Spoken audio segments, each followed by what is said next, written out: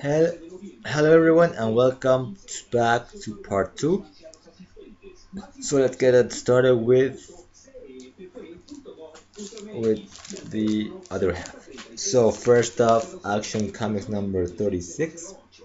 So this is the actual start of the new story arc. Last issue number 35 was a sort of doomed aftermath. Some of that carries on here, and you know I like the main story of this issue. It's a good start for a very intriguing arc. Uh, it's got some horror elements to it. Apparently, three normal-looking Smallville citizens might be involved with the stuff going on in Smallville. Apparently the dead are rising, or some alien thing is making the dead rise, or you know not it's not very clear what's going on. And we actually get this really cool uh, cliffhanger there. Seems like maybe the citizens are under mind control of some sort of mind control. And like I said, three ordinary citizens might be involved. These three guys here might have something to do with what's happening. And that's the good stuff. That's the interesting thing about this issue. The bad thing though is the whole Doom you know aftermath stuff that goes on. Um, issue 35, Superman returned, but Clark is sort of feeling a bit down. Um, and so he ends up writing an article about why the world doesn't really need Superman. Of course, Lois disagrees. But part of that feeling had to do with the fact that Lana's parents died, and Lana blames Clark for that. And that's the bad part. That's one of the worst parts in this whole Doom Fallout. So, okay, yeah, Superman was able to save everybody. Uh, that really affects Clark, obviously, as well. Learning that, not everybody made it after Phoenix attack. Uh, Unfortunately, there were casualties because of that. One of them were, Alangs. So Lana blames Clark for that. Clark feels bad. But I think that just makes Lana look horrible. So yeah, she's okay. So yeah, so she's sort of uh, grieving for her parents. They died. She's angry. Uh, but you know, he was there, and I don't think there was anything that Superman could do to help them. I mean, he was infected by the Doomsday virus. He wasn't 100% himself. There was kryptonite in the atmosphere. Uh, you know, we had to find, a way to stop Brainiac. I mean, he had the whole world to save, and he couldn't, focus on just one set of people. You know, even if they were very important people to Clark as well as to Lana.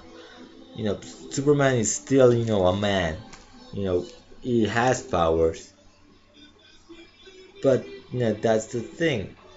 He's still a man and not God, and there was really nothing he could do personally. Lana was there. She saw what was going on, and blaming Clark for that, uh, for her parents' death. just it sounds really wrong. Uh, and makes I mean it actually makes Lana seem a little too selfish and self-centered, and you know, I mean, Lana agreed with what Clark said about not the world not really needing Superman, you know. Uh, so that's really that's really one of the worst things coming out of that. It's just very inconsistent to the actual events. Um, maybe not the grieving that I think might trying to bring the feelings of of that of the grieving process. The other thing I didn't really like about this whole Superman Doom uh, stuff is the actual beard. Now you have Superman with a beard, Clark with a beard. Uh, you know, and I think when you are a guy who's supposed to have a secret identity, having a beard doesn't really help. I mean, it just makes it way too easy for people to say, oh, Superman and Clark Kent are the same. They got the same beard, they got around the same time, maybe. That really doesn't help. Uh, that's one of the things I didn't really like about, Green Arrow, when he had the his own, goatee. Oliver Queen's got a goatee, Green Arrow's got a goatee. What are the odds of that happening? So yeah, so that sort of brings it down a bit for me. Like I said, the lead story though, the main plot for for the for the arc is intriguing, but some of the other stuff just sort of you know doesn't make it that much that enjoyable for me. So it was an okay read for me, to be honest with you. You know, yeah. Another so-so read was Zero Unchained. You know, double sized. It's got a really cool wraparound cover. Uh, but for the most part, you know, the issue was narrated by Lex Luthor, so we have a ton of Luthor narrative cap, boxes. Uh, like for the most part, it was a huge recap of events that of things we were actually revealed at the end of issue number 8. So you have like 1/3 of the issue just being Luthor explaining everything again, but rad people, sending, you know, technological seeds that, in centuries, in years to come, they would come and reap the fruits of that. Again, with the only way you can save the earth is by killing yourself and becoming a bomb. With the solar shot that I gave you, that you have to use, uh, for Superman, and so that was, again, it's just a very repetitive thing, part. Then, of course, we have Superman confronting the aliens. They have huge power though, and they really do affect Superman.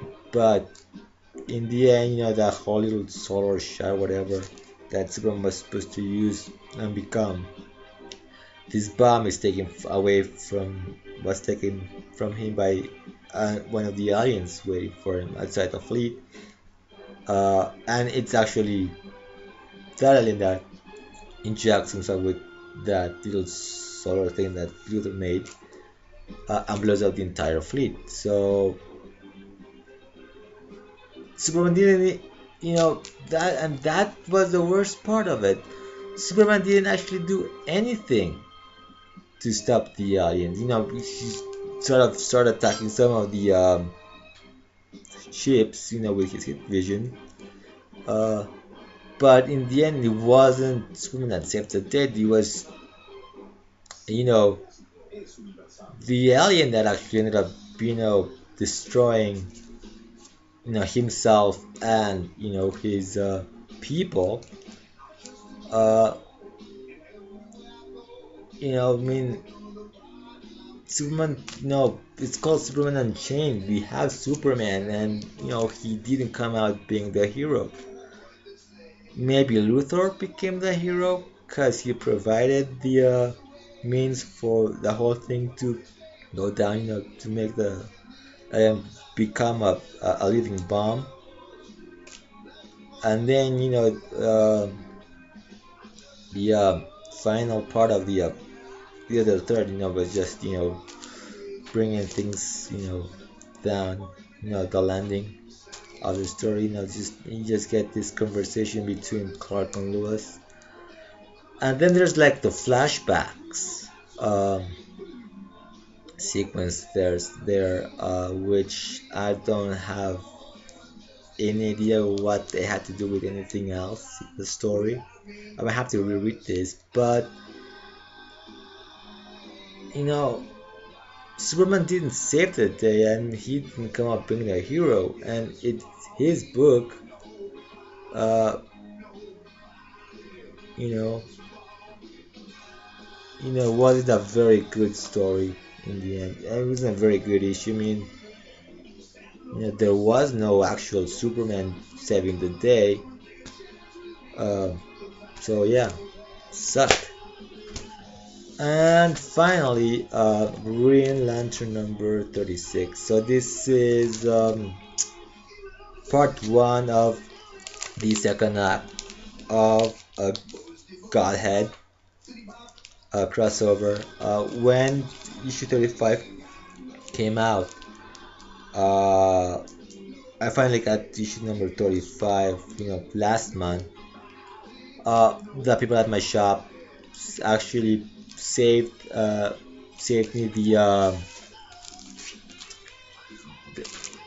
me the Godhead one shot, which I turned down, and I just thought I'll read the whole story through Green Lantern and see how that reads. Uh, I gotta say, it reads incredibly well. Because, like in the two previous crossover storylines, uh, the issue does focus a lot on more on Hal Jordan. Uh, any event that happened before is mentioned through the dialogue, so uh, I don't feel lost. I know things happen, and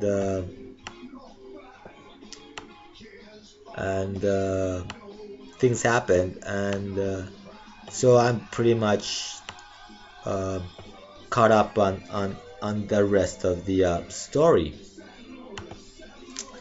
So that's a really good job. It does make it a bit accessible, and you know I think it does read well, as just issues of Green Lantern. I think I haven't really reread any of the new team's major story arcs, but so far, picking up this issue, whatever happened in the other books is mentioned.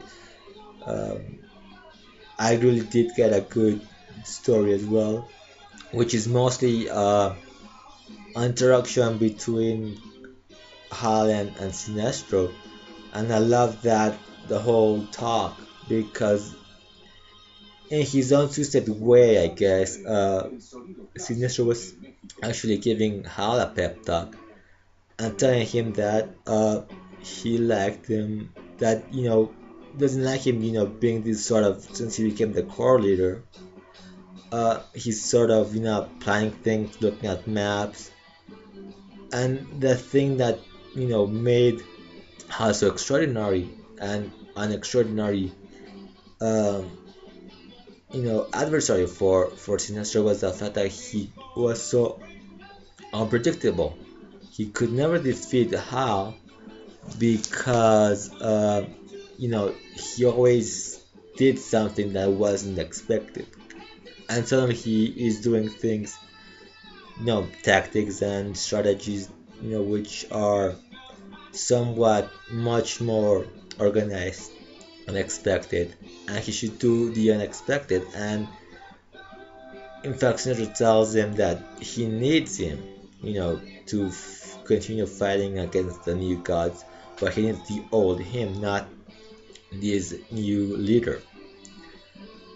So uh, the core go to court with the help of Sinestro, and Hal returns to Earth and enlists a Black Hand and his Black Lanterns. And that part was rather amusing because, we have, Black Hand raise the dead and, sort of put them in a circus. And so then we have this sort of really weird, just circus with these zombies. Well, we call them zombies or undead. We got, Houdini here, and the Flying Graysons, and just very weird and very twisted. Very much how I think Black Hand is now, somewhat, very twisted, uh, you know, character. And so Hal enlists his help uh, to fight, the new gods, because the new gods, they've been stealing the Greenland, the core, the various rings. So the only ring they don't have is, the black ring. So they pretty much got Hal now, the White Lantern. They got all the rings, and they definitely do need an army. And the only one who could, really raise an army is a Black Hand with his black ring. So again, I found this, not a disappointment. I didn't find issue 35 a disappointment, even though it's a crossover event. Well, not a crossover, not an event, but a huge, Green Lantern, at least an event in the Green Lantern universe. I found it very, very accessible, enjoyable. Like I said, the whole Sinestro thing has was great. The Black Hand stuff, was funny as well. Rather twisted and funny. So, yep, those are the books for last week. This week I actually have one book coming, just one book, which is just Select United, and so that's gonna be a really quick video. I don't even know if I should do a video reviewing one book, but I'll probably do it anyways because the next part to the whole Infinitus saga, which includes the origin of superheroes. So anyways, that's it for this week of Charlie's Reviews, and as always, until next time, keep smiling.